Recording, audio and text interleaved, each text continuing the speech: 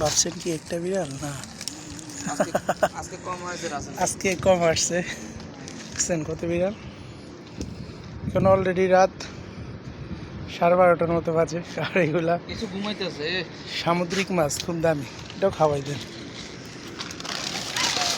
এই নাও। ভয় পাচ্ছে। নাও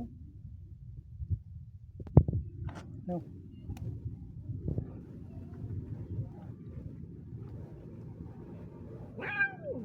এই এমন করে কেন?